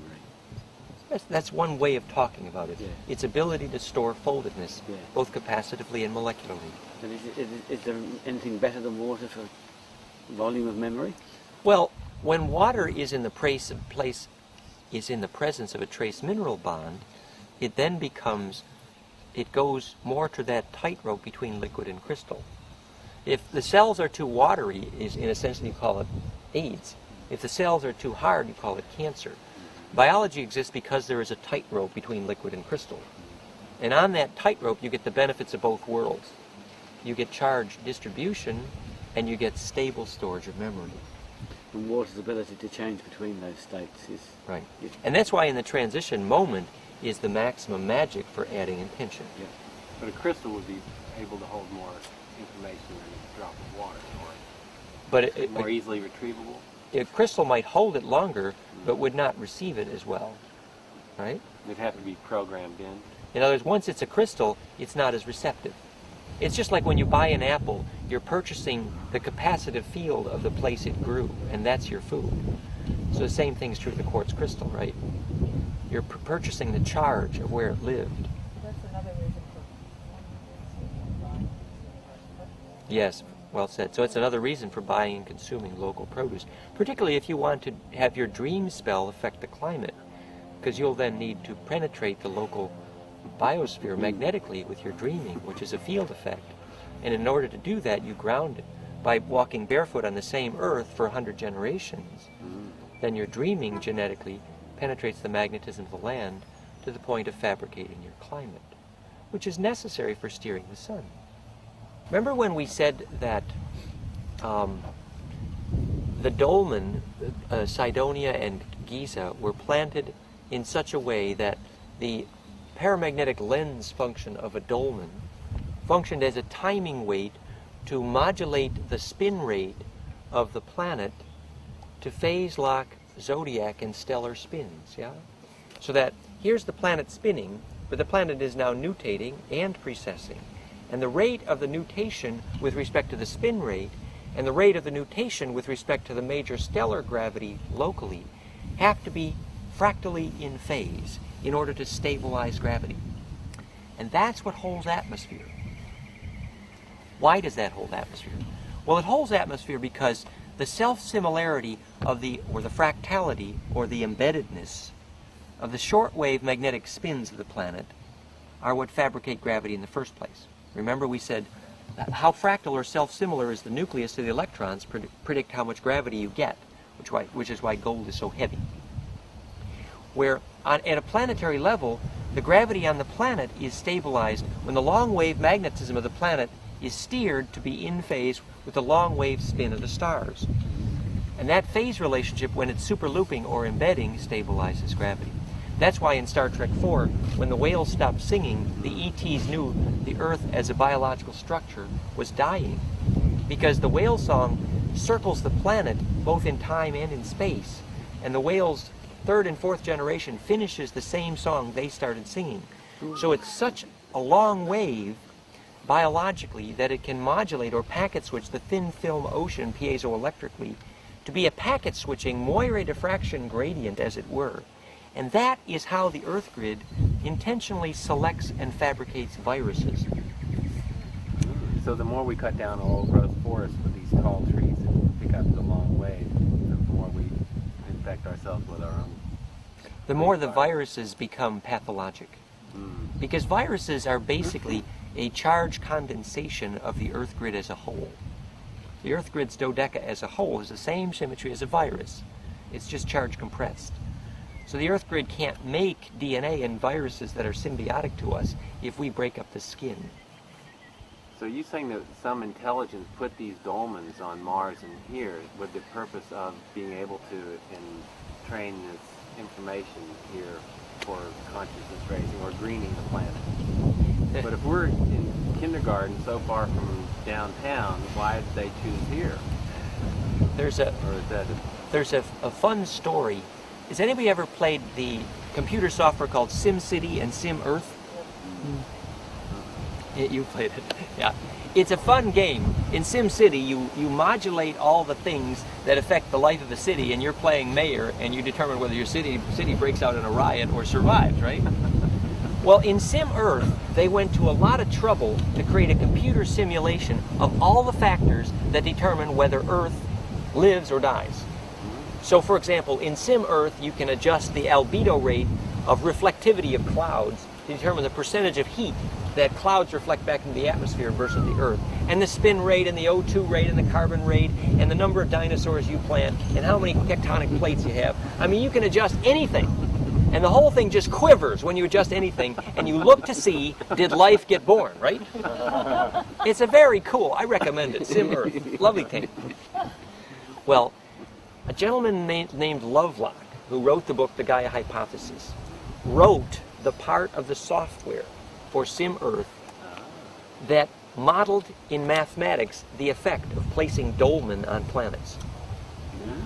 So now here you are in a software environment, the latest high-tech science, with Lovelock, who wrote the Gaia Hypothesis, writing the code which controls what happens when you put a dolmen on your planet in this computer modeling environment. Now you know what the software does? If you don't plant any dolmen on your planet, and remember what a dolmen is a big stone, but it's planted in such a way that it's a magnetic lens to steer magnetism into pretty pictures, which we then call life. So if you steer your magnetism into pretty pictures with dolmen, it's like tuning timing weights to make rose petal patterns out of the magnetism on planets, to make them green. Well, in the code that Lovelock wrote, if you don't plant any dolmen, self-awareness occurs very slowly, if at all. But if you plant too many dolmen, self-awareness occurs a bit prematurely, and your planet is rather over likely to burn out its resources before the gene pool gravitates to star navigating. So effectively, he said, dolmens speed up the rate of conscious evolution, but there's a risk. And the risk is essentially burnout. So the Washington Monument in Washington, D.C. might be... Well, the story there is that the Masons, following the Templar agenda, which is the Mag Orion group, basically, the Nine, if you believe the story of Puhark, had intended that Washington be the Masonic example of the place where the starseed remnant could build a body polis to create gene pools with enough bliss to redo the star inhabiting and repair the fractionated gene pool. All the king's horses, Humpty Dumpty, that story. But the story was that the Masons intentionally did not place the chief headstone in place, the Resh pillar. So Washington is a fractal without a seed crystal. That's the story. Because they knew implicitly that there was not enough pure intention yet to inhabit the fractal. Just like the cathedral's not built yet in Canberra. The seed crystal's not there. And in fact, if you look in Washington at a phenomena when you compress a fractal, if it's not fractal enough, the electrical branching structure, which is called a bush, will burn. So you get to have a near-death experience. You look at that any way you like. But so effectively, you have a situation where planets are turned green by the activity of planting magnetism in a symmetry. Now let's apply this to, there's a book called The Survival of Civilization. Anybody know it? By Haymaker and Weaver. It's basically the Bible of the remineralization people. Has anybody ever met a rock dust person? Basically, rock dust people are going around, instead of saying save the whales, they're saying save the humans, use rock dust. Okay? And effectively, the book Survival of Civilization is interesting, and it's a very important metaphor for what we're talking about what turns planets green. The essential hypothesis of the book is that the rate at which carbon builds up in the atmosphere, CO2, creates a weight imbalance which increases the rate at which water is precipitated on the poles, creating a squeeze event which causes the tectonic plates to destabilize and the pole flip. So he's saying basically, if you get too much carbon dioxide in your air, then the moisture buildup at the poles changes, and that change of mass at the poles destabilizes the planet. You get a pole shift. So he's saying this migration is where first you have a CO2 buildup, and then the poles get too heavy and then too light, and then the planet as a spinning top flips over. And he's saying that this is the motor for volcanism. Volcanism is what keeps volcanoes going. What keeps volcanoes going is change in pressure on the tectonic plates, like dumpling in a bowl of gravy. And this change of mechanical stricture there actually creates a piezoelectric force which makes volcanoes go. So the rock powder story is basically where this is at. And what is the role of the rock powder story in learning the star intention of keeping planets green? Well, the thesis of the book was that the volcanoes keep a planet green because they grind the rocks. Very simple. Now, what does the role of grinding up rocks do? Grinding up rocks makes trace minerals available to solubility in plants. And what is a trace mineral? A trace mineral is the memory of the shape of the fire of old stars. So if you have only young stars in your neighborhood, you don't get trace minerals. And therefore you don't get the complex geometries to organize water into ice 9, to go from liquid to crystal. Yes? I sell some minerals, but they're from the ocean as a result of the evaporation and the salt being removed, and then you sell all the minerals. So would that have the same? Well, what would be an interesting experiment to compare the relative rate of soluble availability to sell to plant life, which is which is why they say that rock powders that have sat underwater for a long time do not have the same degree of soluble mineral. And soluble mineral, remember, here is an old star, which is literally an old angel. So here's the old angel saying, here's a hint, geometry, geometry, geometry. Okay? And that's what a trace mineral is. Now, does anybody know why the forest, the only green trees in the Black Forest were next to the gravel roads? Because they were getting the trace minerals. And why? Because they were ground up and... So you had ground. So how is it mechanically, if you were a biophysicist and had to explain why the only trees in the Black Forest that stayed green in acid rain were the ones next to the gravel roads? The biophysics is that when the trace mineral is leached from the soil surface by the rain acidity, the pine needle, let's take the pine tree for a moment, the pine needle does not have trace mineral in the water. The trace mineral in the water of the pine needle is what teaches the water molecules to organize themselves into ice 9 because of the geometry. So the geometry of the trace mineral is the cookie cutter for molecules to arrange themselves into a nest, so that literally the water in the pine needle is more orderly than ice, literally. This is called Albert Szent-György's Electronic Biology and Cancer, from Woods Hole Marine Biological Laboratories, Nobel laureate prize-winning work on the electrical origins of cancer based on the organizing of water to propagate what's called the triplet state electron, which is simply an electron that has so much extended family that billions of molecules can hear about that electron's story. Extended family for kids is how you make avatars, right? So orderly water allows distribution of charge. What's really happening here then, the pine needle turned brown because the cell ruptured because the water was not more orderly than ice because of the absence of trace mineral. So the geometry of the trace mineral has to find a way to radiate into water. So here's the physics. The old wives' tale says if you drink too much water when you eat, you get arthritis. What's the physics? You wash it out.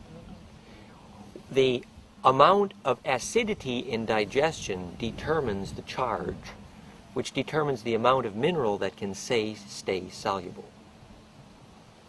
So if you reduce the charge, which in this case is the acidity of digestion, the minerals fall out onto your bone. It's called arthritis, right? But what is the relationship then if you have no bliss, if you're depressed all the time, you can't hold mineral because you have no charge. So effectively, it's charge that steers the trace mineral into solution. That process of getting a trace mineral dissolved is the esoteric nature of designing dopants in the theory and design of quartz crystal oscillators. Okay? In other words, you got this quartz crystal, and you want to persuade a little bit of trace mineral to tune the thing.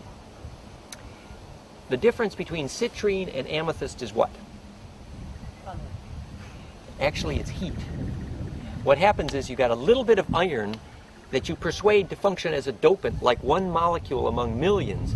And because it's at the center of the array, all the capacitive waves have to travel through it, and it becomes the cookie cutter and tuner of the array. So amethyst is said to prevent drunkenness, literally, because the iron is a place to bond oxygen, which holds fire, and mind inhabits fire, so you don't get drunk if you have oxygen, right? Whereas if you deprive the brain of oxygen, you call that drunkenness. Now, if you take amethyst and you heat it slightly, the deformation angle of the SiO2 slinky just does a little ratchet, and the change of bond angle in the helix of the slinky changes it from amethyst to citrine, and you see yellow instead of purple. So the point was the dopant was the trace mineral that steered the crystal around. Well, the trace mineral is the dopant in the water, and the charge is what steered the trace mineral to life, to embed. So the combination of the water plus the capacitance and the trace mineral, 3 ingredients, plus the right amount of gravity, and your planet can turn green. The thing is, you see, if you get too much atmosphere, if you get too much gravity, you can hold an atmosphere, but you get no life. If you get too little gravity, life can't happen because you got no atmosphere. And there's another tightrope here. Planets with too much gravity, they get this heavy, ugly atmosphere, but no life. Too little gravity and your atmosphere goes away. And there's a dance, a very, very tricky little dance for modulating that amount of gravity to still have an atmosphere, but not too heavy for life. And that dance is what has to be modulated by dolmen. That's what dolmen do. The biophysics is described to some extent in the book 2/3 on the Arcturian technique of planet taming for dolmen placement. They called the pyramid the Hummer. They were planning the symmetry of charge to make biology possible, to put atmos on the sphere. Yeah? My understanding of the Montauk situation was that when Eisenhower and Truman were tricked by the Greys in accepting the treaty to permit abductions, the agent behind the scenes was an ambassador from Draco called Typhon. And that at that time, Eisenhower and Truman were given just enough time travel technology to get in trouble. And that's effectively what became the seed for what von Neumann tried to create, which eventually drove him crazy, nuts. He lost it. Johnny von Neumann, one of the most famous mathematicians in history, was intimately involved. So they designed an electrical circuit, first experiment with at Philadelphia, which could fold the electric to magnetic vectors back upon each other and create collapse. Now, they didn't barely have a clue as to the real principle of what collapse meant, but they got just a sense that recursive collapse could accelerate biological magnetism through the speed of light into time. And so these stupid dummies, and Tesla, by the way, was smart enough to say, you guys are crazy, you're rushing in where angels fear to tread, I'm out of here. That's what Tesla tells these guys. So anyway, von Neumann, they do this thing, and sure enough, half the sailors get frozen in the hull because they create this acceleration cocoon. Cameraman might Yeah. Should we go inside? Yeah. So did you want to say anything more, Donna, about your experience? About that experience with the Greys, for example? I'll start from this angle. I started to write a book at work. I worked in a management job that was seasonal, and I was told to bring a book to work. I decided to write. It looked like I was busy, looking more professional. I started writing a book for my children on all my experiences. Experiences with the Greys? No. My family, my travels. Oh, your travels, okay. I lived in Nepal for a couple of years, all the things I've done. And I got to the end of it, and I read back through, and there was a pattern working through. As I went back through, I found that the things that happened were really all connected. And I'd seen a landed UFO in 1975. A landed UFO. In the 60s, I had an experience on a lonely road one night, which resulted in getting home, turning off the car keys, going back to the car to get the keys out, and finding the keys on the back seat where I felt there was an entity. I was crippled. I almost drove the car off the road. But whether I was abducted up there, I don't know. But going further, I was living in Nepal, and this is the one bit that I think did it for me. I was sitting on the floor blowing up an air mattress for my American partner who just got back to Nepal. He was over quite a distance in this room, and I'm blowing the air mattress up. I had a very quick vision of a very tall yellow being with a black cloak and a black hat on. Just like that. But there was this very weird smell. Mm-hmm. Yeah. My daughter was conceived that night. There was no other time that she could have been conceived. Right. When I did the workshop with Whitley Strieber, Yeah. and he spoke about this. I didn't know about it. I burst into tears. Right. And everyone went, oh, and he went, no, I'm feeling his energy.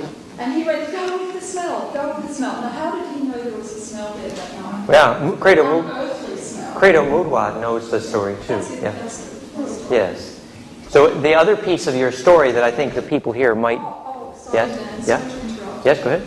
Her birth had been predicted. Her birth I was... was terrified. It said, if you stay in this house, it was ancient language, it used thee and thy. It gave me her name. My partner wouldn't allow it to be used because we'd never heard of it before. It's now her second name. But I was so scared, I actually packed my house and was gone in 2 days because I wasn't ready for a baby. Leave it at that. But the other piece of the puzzle I think people should be aware of just for this conversation is you had some evidence that there was an interesting piece of indigenous blood in your heritage, correct? I was told that, but we haven't been able to prove it. Right. But I have tracked down an elderly relative, and he said that and even my mother said, look, she said, although they're tracking the genealogy, they cannot find an indigenous person. I remember someone saying Black Jack, and this second cousin of hers said, and he's now deceased, he said you have some Spanish Indian blood, and his wife was German. So Spanish native blood from probably the Middle Americas or I something. have no idea. Yeah. No one will come up with it, and I haven't tracked it. Because the report was that up to 90% of the women who experienced abduction-like experiences with the Greys had some indigenous or native blood. And so that's something you always check for. And why were they interested in the psychokinesis of your DNA?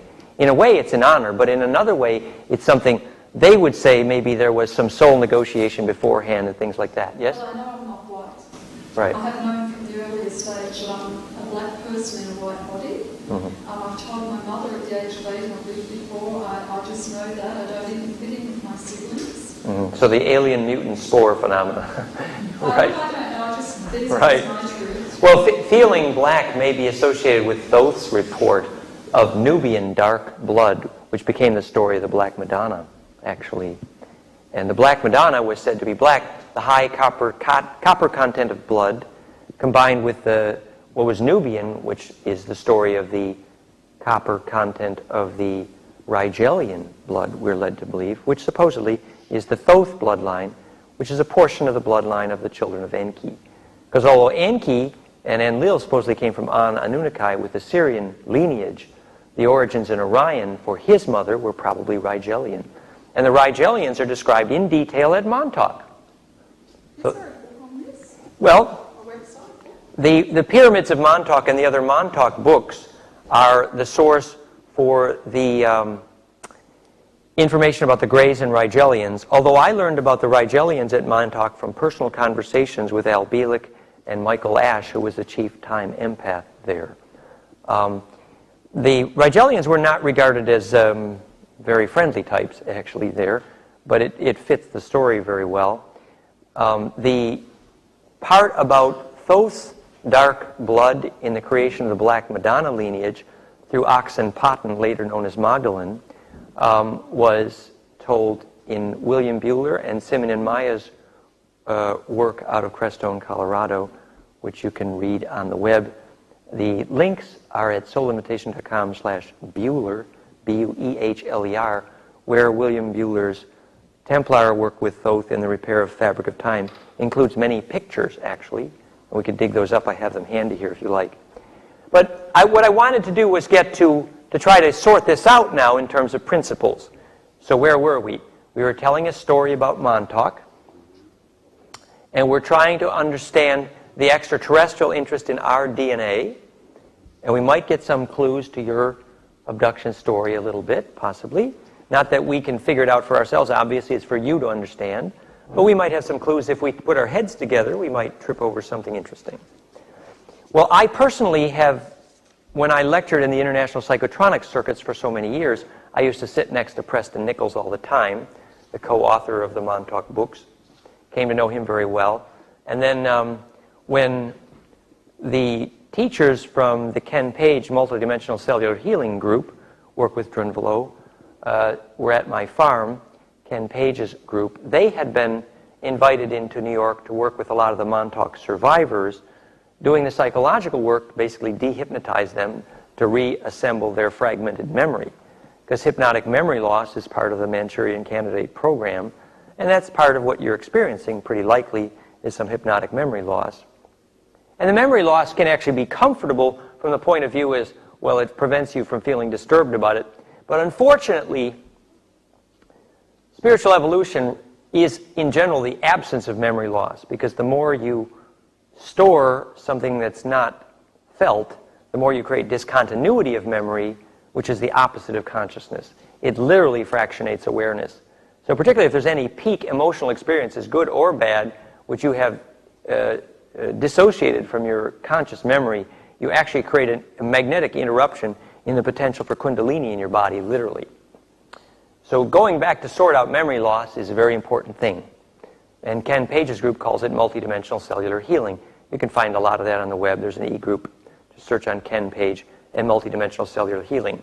Well, that group was invited into New York City by the Montauk survivors, and that's how I came to have conversations with Michael Ash, one of the Montauk survivors, who was supposedly one of the chief, what they call time empath, which was, remember, empathy is how you steer yourself in time, because the more you weep and feel for those you're seeing, the more your compassion sucks the magnetism through the speed of light into your body. That's the Nostradamus procedure. Okay? And so what did I learn, or what did we learn about the Montauk experience? And that's where we were when the rain struck. What I learned was, as we said, that von Neumann and Tesla and others were induced by the government to do, at first they called it ship disappearance at Philadelphia, but later, when they set up at Montauk, they used a place which the Montauk Indians for generations had already been using for what was a form of shamanic time travel. So clearly there was some fairly conscious planning about using a place on the grid magnetically where there was already dimpling in place to fabricate this traveling in time, which is just an acceleration phenomena. Supposing you take an antenna of this structure, it's called a deca-delta antenna, which is an array of capacitors. You create a compression wave at the center. It became the movie Contact, and also this geometry of compression that accelerates people in time travel. If you set this up at a place where the magnetism in the Earth is already fabricating a bit of a dimple, you create a place where acceleration is more possible. And that's why the grid magnetic lines are so critical to what's called time travel. And this became known as the concept of synchronic lines at Damen-Hur for the time travel experiments there. So, pardon? A stargate is another word for it. And all those words simply mean is places where magnetism converges non-destructively. Another practical example of that is if you look at the place where magnetic lines dimple powerfully in Portugal, it's at the Templar stronghold at Sintra, S-I-N-T-R-A, in Portugal. And if you read the article at soulinvitation.com/Portugal, you'll see that Sintra in the South American dialects means rabbit hole. And you know what Alice in the Looking Glass and the rabbit hole does? It creates a place where the magnetism dimples and creates this inward folding vortex where you get both acceleration because of compression, which we then call gravity. And when the acceleration goes through the speed of light, the only thing possible is to inhabit time. And if you have the hygiene, the genetic coherence, to be accelerated in that way, you are said to be one of the L's, as in the Elohim, or the Shining Ones. And the name for that at Montauk was Boson 7, which was a frequency signature of the DNA, which when the spectral emission lines had log functions of 7, suggested probably a braiding algorithm in the DNA that indicated the coherence necessary to permit acceleration. Similar to the mitochlorian story in Star Trek, the prequel. What's the name of the young guy? But he becomes Hanukkah, right? Yeah. So, but the presence in the blood of coherence field effects, implosion tendencies, are literally a predictor of successful time travel, as well as lucid dreaming. And my guess, dear, is they saw that in you with your ancestry. But my guess also is they saw a certain weakness in the personality, and I would just wonder, weakness in the sense, for example, tendency to depression, tendency to lack of bliss, something at the time when they first communicate with you which allows them into your aura. I have actually had a voice speak through to somebody, and I have mediumistic tendencies. I have to not go there. I can't commercialise. I mean, this is the first time I've told anyone beyond my immediate, very intimate circle. Thank you for trusting us, dear. Yeah, it's hard. I feel like crying. I've got a kind of vibration up my legs, but Yeah, let's be real gentle here. But there is some lessons here. We might be able to learn them gently. One of the reasons it was said that the Greys, the Khmer, came back in time was because they were losing the ability to make an immune system in their own children. And so they needed some of our blood, and some of that was by agreement. But remember, the Greys or the Khmer were actually the subject of genetic manipulation by the Dracos themselves. So they were unwitting stool pigeons in this whole affair, potentially. Yeah? That's the story we're told. And so Whitley Strieber comes to realize some of the self-empowering issues in here, also in his later books. Yes? Was it also because of some lack of emotionality they wanted to reconnect with? Well, this is the question. This is our hypothesis now. Have you ever seen a Grey that was passionate? Oh, why do we laugh? Yeah? Right? What, is there a clue? Is that a clue? Yeah? oh, I have seen compassion. Uh-huh. Yes? And interestingly, that's all I saw, because that's all I was given, were a pair of golden eyes in the night. I was woken up to witness it. And this actually happened. What came through the eyes, there was nothing there except compassion. It was just, I've never seen it before, just raw compassion. Now, I woke up in the morning, reality woke up, and I got up, went out to my laundry, and I just got the cat food, and started to do my normal routine. And I felt something warm on my arm. My iron was on. I went over to my laundry tub, and there was half a basin of warm water there. No one had been up, no one had been around. But those eyes and that thing happened all on the same. It was a Friday before then. I don't know how significant that day is, but anyway, it made a bit of sense. You could have been chosen well in there's a movie, The Three Witches of Eastwick and all this. No, you could do a very good job, dear. Can I ask you a question? Right. Montauk? Montauk, right. How do you spell it? Montauk. Montauk. Yeah, The Pyramids of Montauk by Preston Moon and Peter Nichols. There's a whole series of those books. There's some interesting material in there. What the William Buehler group, the Repair of the Fabric of Time, Thoth group, did say was that the Greys instigated that time travel experiment in part because they realized that as we did that, we'd actually create a tear in the fabric of our own etheric grid. They called it the fabric of time. And unfortunately, that is like somebody who's been maybe doing a few too many drugs and they get holes in their aura and they're subjects to more astral entities coming and going. But they said that in the case of Earth, because of the experiments at Montauk, that happened at a planetary level here. That the electrical aura of the Earth as a whole became more torn, and this permitted more of these astral entities who are fractionated soul groups who do not have a way home, no implosion path. The atmosphere falls apart on their home planet. In the case of Greys, that's reticulum. And they discover gradually that they've lost the passion necessary to ignite an immune system in their babies. And so they realize that as a race, they're decaying. So they're trying to fabricate a bloodline that can literally stitch them back together. And they would regard us, particularly those of us who could lucid dream, as a vaccine. Yeah? The daughter that I had in Nepal, she's actually ill at the moment. She's got a very low immune system. So the issue is this very weak immune system.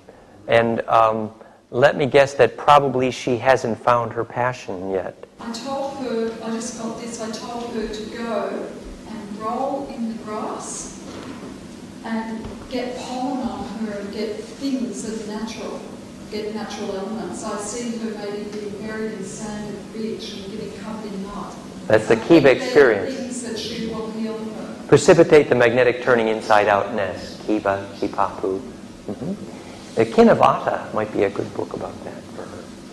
So what we have here is a situation, is a whole soul group, in this case the Kumar or the Gray, and there are many different levels of them, who lost their planet, their ecosystem, millennia ago, and are literally, along with many other groups among the stars, looking for a place to get a bloodline necessary to refuse their fractionated soul group.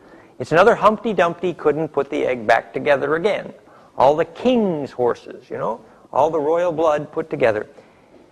So the theory here is that the Earth grid, by being so fractal in both space and time, had presented the opportunity to soul groups from around the galaxy to use the genetic library here to refabricate a way for themselves back into the stars. Yes? It wasn't an accident that we were fractal in space and time. That's the point.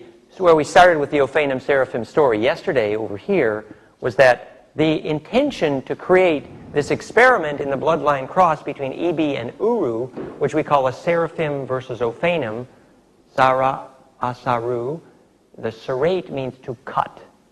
So serate, the seraphic, sans serif, the font, which is a cookie cutter, is all about cutting. Serate by phi, cut by phi, Sarah, and this lineage had the potential of being cut by phi, and this is O-phi in them, Ophanim. This became the bird tribe, the bird brain, and this became the reptilian brain stem. And the experiment in this bloodline cross became called eventually the war in heaven, as described in the Bible. And it's out of this war in heaven, which is essentially about who gets to have the DNA that can steer the stars around. If you remember in Dune, the guild navigators got the privilege of navigating wormholes between stars, and they're the guys that make the big bucks, right? They're the guys that get the high leverage pay scales.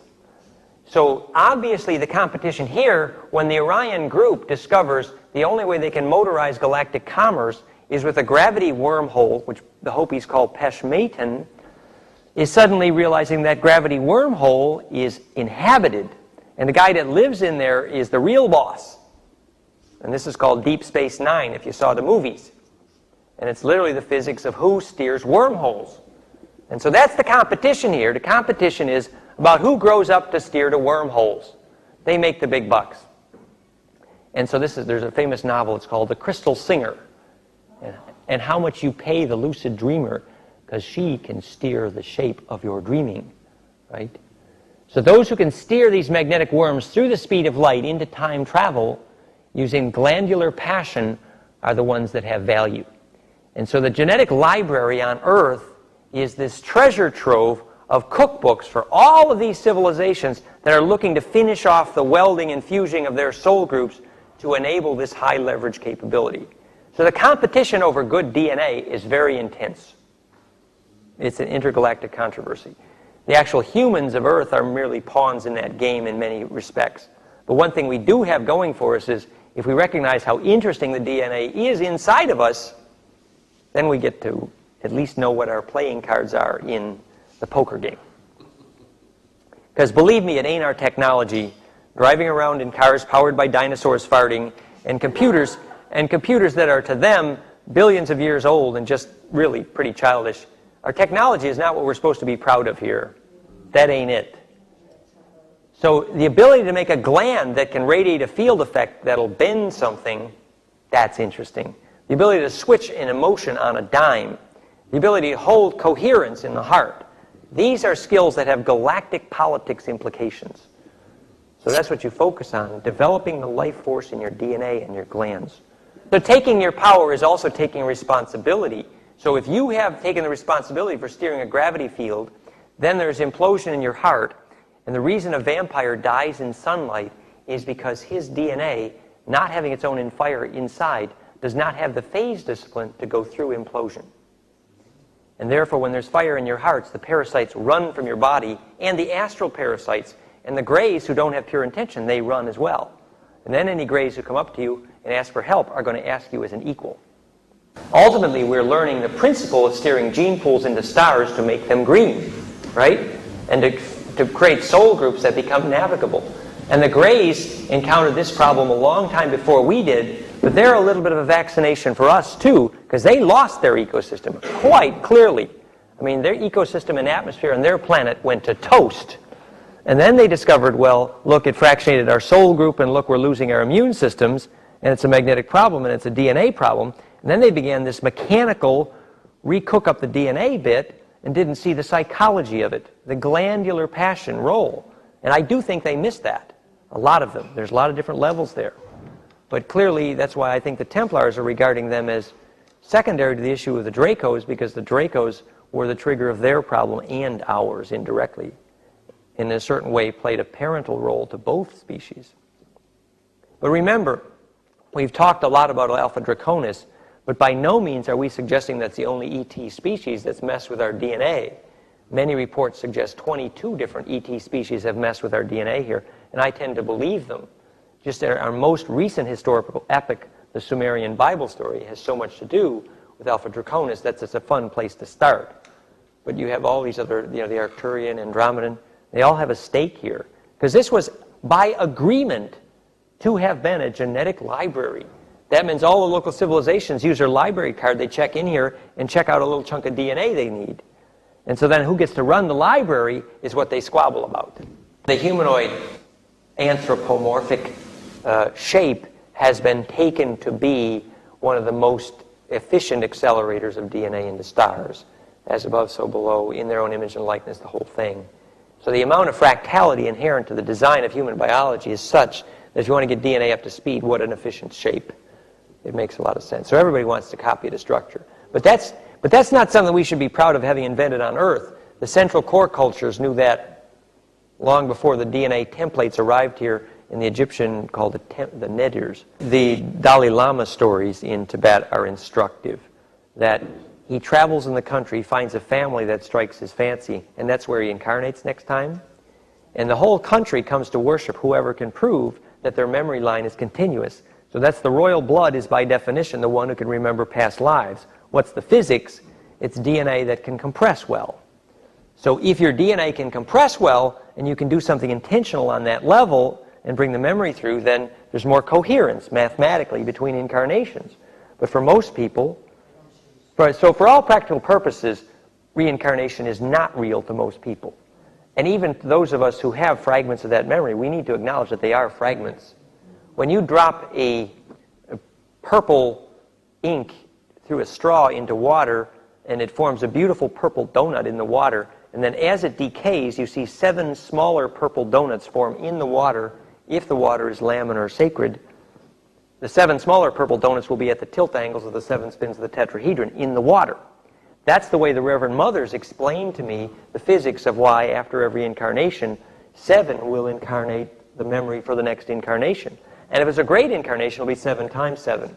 But they said that typically only 1 will actually accept the soul mission, the purpose. The concept here is from Education of Oversoul 7 by Jane Roberts, that the evolution of souls has some coherence to the extent that our emotions are coherent enough to steer our DNA.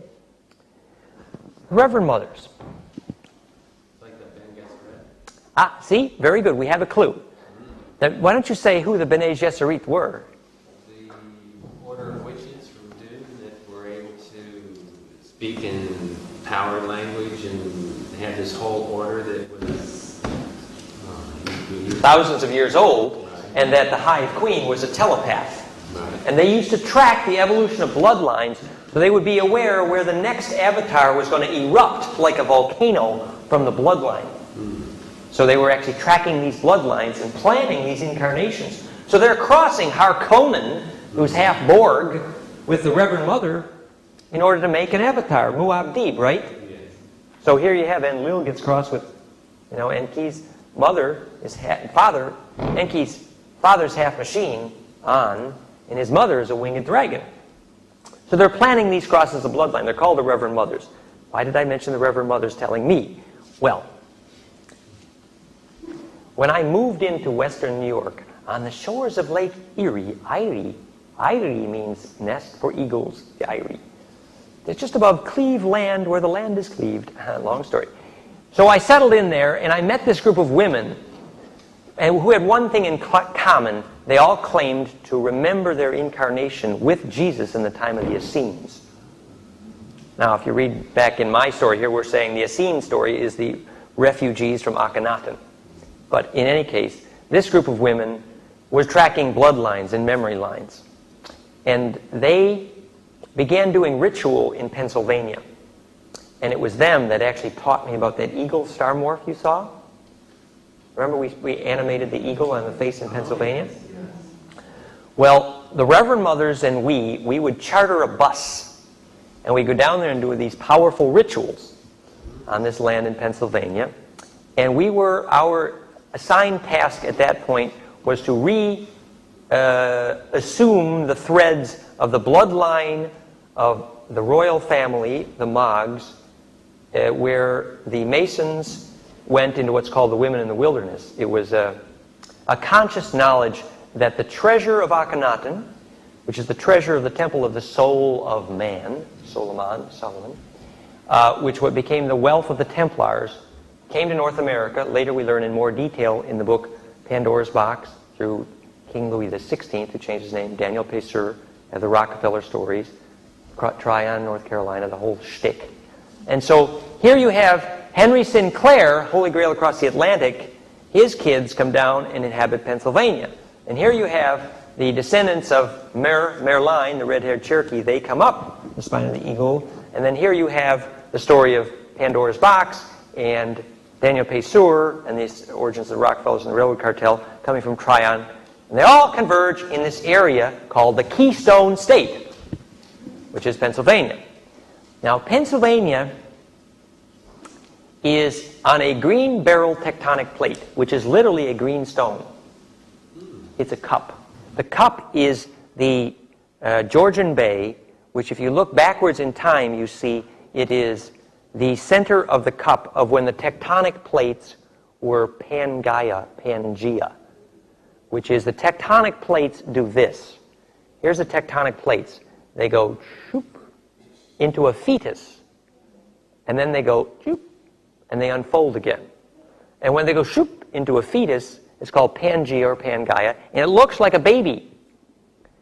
The continents do this, and then the continents unpack like a fan around the globe, the tectonics on the dumplings on the bowl of gravy. And so what happens is the tectonic plates unpack and pack. And that's called the Wilson cycles, and it's supposed to be in phase with precession. And if you understand metabolizing starlight directly, you understand in the human that the activity of going from here to here is the activity of changing the wavelength of the capacitive waves you eat. When you're at this angle, you're eating short waves. And the more you unpack, it's a longer and longer wave that literally you're metabolizing electrically. So maturity, the ability to be weaned and metabolize starlight directly, happens on an individual level as one human being learns digestion and then learns to digest gravity. And then it happens on a planetary scale as well. This is a, for what it's worth, story from the Reverend Mothers. So the Reverend Mother's story was that at the time when the tectonics were in this fetal cup, which we later call Pangea or Pangaea, that this fella called Merkaba, described well in the book Secret Places of the Lion, later I think it's the same guy as Ea, Enki, got stranded, his craft landed, crashed down, got stuck. Oops. And so basically, this is another way of understanding, the soul group got fractionated here, like our DNA is losing it. It's getting slower and slower. And the last planet we can finally start navigate to before our DNA slows down altogether is Earth, named after Ea. Okay? And what did they do when they got here? They set up 6 capacitors in a hex, which is the flower of life and the flag of the Dracos and the flag of Israel. And those capacitors in a hexagram were designed specifically to create a charge field which would prevent cellular aging. And that physics was called the Garden of Eden, E-D-I-N, which means spaceport. And to be booted out of the Garden of Eden means you were dumped out of the capacitive field and you'd start to get old. Which, if your DNA is decaying, fallen, Nephilim, that's a problem. So anyway, the story about the Reverend Mothers was that the original, oldest undisturbed memory exists in that Beryl Greenstone tectonic. And if you talk about this to a archaeological or a geological person, you call it the Ontario Shield, which is a Beryl tectonic plate. And an old green stone. And it supposedly has the oldest biologically undisturbed memories on the planet. The Reverend Mother said, this is another for what it's worth. The Reverend Mother said, remember you saw the star map of the eagle on the state? There's a river, the Susquehanna, that goes from the snake to the birds, right? And the serpent feeds the eagle, and Quetzalcoatl returns. Well, the story was that the juices up the spine would change direction. And the story was that the green stone, the Beryl tectonic, was going to be the cup that runneth over. And there was to be a tilt. And then that river would change direction. And you'd have Kundalini for the tectonic.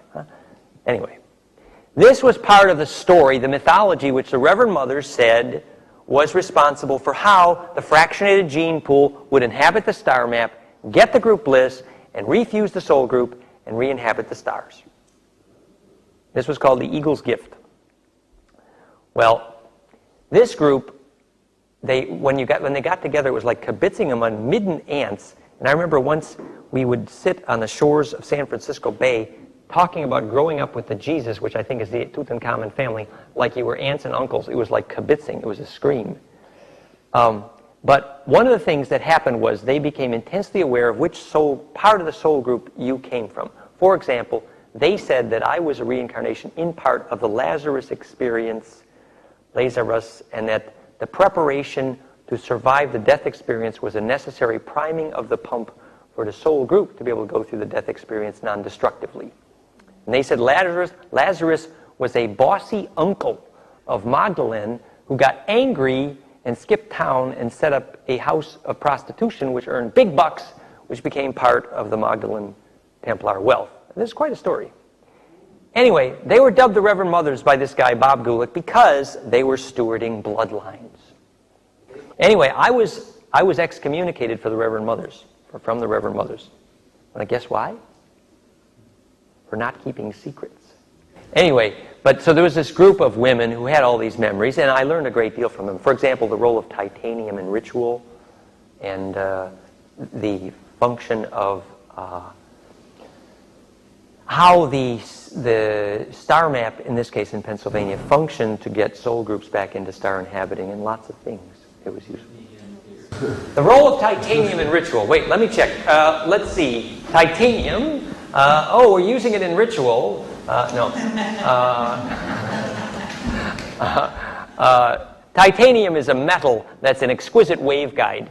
If you look at what the Orgone people use to do cloud busting, they take columnated pipes, and often it's plastic, which functions as a waveguide for microwave effectively. And if you steer the microwave through columnated pipes set in a living river at clouds, you can make rain and bust them. But in fact, if you use titanium in that respect, it's even more powerful. And we actually used titanium in a ritual in Assisi, Italy, at an assignment by the Reverend Mothers, shaped into an ankh. It was quite a powerful moment. I can tell you about this will just be an example. So I'm sitting at a restaurant in Buffalo, New York, and this lady comes in who's big trouble. Her name is Anne Marie Hinterberger. And the Reverend Mother says, you're supposed to take her to Italy and do a ritual at Assisi. I said, what? Well, it's a long story, but a short time later I was invited to Italy for the second time to speak. And so we took this titanium ankh with quartz crystals sewn in the center, big thing like the titanium ankh. It was a scream, to Assisi. And we went to this grotto down below town, and this lady starts crying, and we stick this in this stone grotto under the town of Assisi, and a storm breaks up. It was like heavy-duty quivering, like snap, crackle, pop, lightning, the works. And then in her weeping, what she says was, well, fragment of the soul group of Claire, and Francis and Claire loved each other so passionately, but they never experienced passion because they didn't permit themselves touch. And the failure to touch created a magnetism in the land that was fractionated. The dreaming was stuck in the rocks because they never consumed the perspective. They never got to juiciness. And as a result, it would fail to rain. And in fact, it rained.